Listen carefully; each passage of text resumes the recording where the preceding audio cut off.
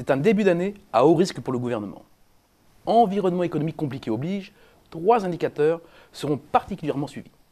Le premier, le niveau des taux d'intérêt auxquels la France emprunte. Leur niveau général est très largement tributaire de l'équilibre sur le marché mondial des fonds prêtables. Mais il reflète aussi, plus spécifiquement, le sentiment des opérateurs sur les perspectives financières françaises. Du niveau de ces taux dépend le montant remboursé chaque année par l'État français. Et comme vous pouvez le voir, la France n'a jamais emprunté aussi bon marché. Début janvier, Paris a levé 8 puis 7 milliards d'euros, dont 3,5 milliards à 10 ans, au taux de 2,07%. C'est moins que le 2,22% de fin octobre pour la dernière opération comparable.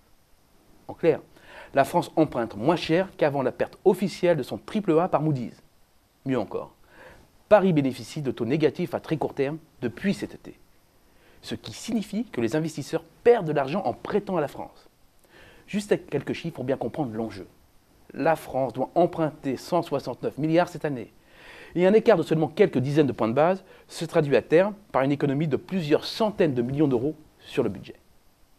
Le deuxième indicateur clé, ce sont les dépenses de consommation des ménages, dont le niveau conditionne très largement la principale rentrée fiscale de l'État, autrement dit la TVA.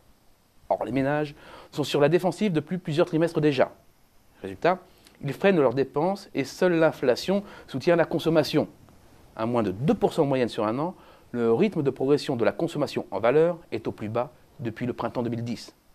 Un ralentissement qui met en péril les rentrées de TVA.